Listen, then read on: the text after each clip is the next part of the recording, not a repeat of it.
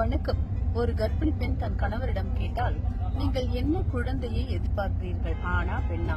கணவன், நமக்கு ஒரு பையன் பிறந்தால் நான் அவனுக்கு கணிதம் கற்பிப்பேன், நான் அவன் விரும்பும் விளையாட்டுகளை கற்பிப்பேன், பொழுதுபோக்காக இசையை கற்றுக் கொடுப்பேன்.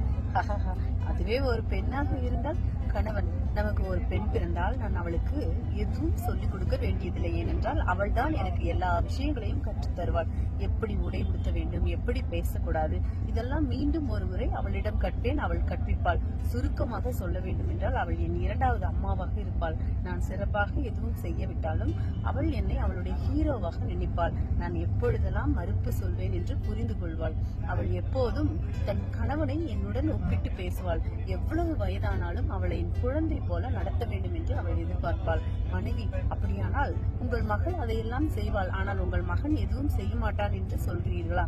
கணவன், இல்லை இல்லை, அவனும் அதை செய்தாலும் செய்வான், ஆனால் அவன் அதையெல்லாம் செய்ய கற்றுக்கொள்வான். ஆனால் மகள்கள் இவற்றையெல்லாம் தெரிந்து கொண்டே பிறக்கிறார்கள்.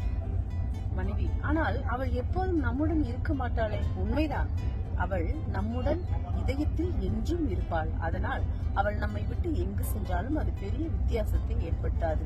நிபந்தனையற்ற அன்பு மற்றும் அக்கறையுடன் பிறந்தவர்கள் என்றென்றும் மகள்களுடன் ஆசீர்வதிக்கப்பட்ட அனைத்து அதிர்ஷ்டமான தந்தைகளுக்கும் இது சமர்ப்பணம். வாழ்த்துக்கள் தந்தைகளே.